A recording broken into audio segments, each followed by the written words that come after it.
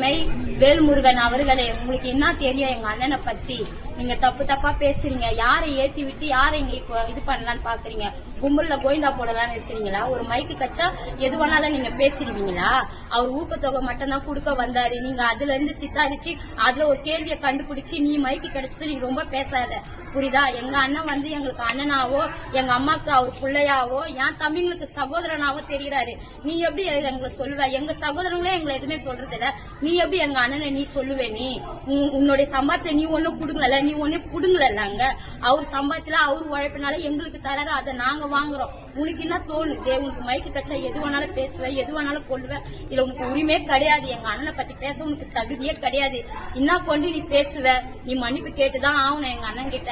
நாங்க அவர் அண்ணனா பாக்குறோம். 92 வயசுல இருந்து அவர் ரசிகர், புரியுதா? நாங்க எவ்வளவு இதுவா பேசுவோம். அவர் எங்களுடைய சொந்தமா பாக்குறோம், எங்களுடைய நண்பரா பாக்குறோம். எல்லாமே அவர் தான் எங்களுக்கு, புரியுதா? எப்பவுமே எல்லாமே தளபதி தான். இன்றும் தளபதி, அன்றும் தளபதி, என்றுமே தளபதி.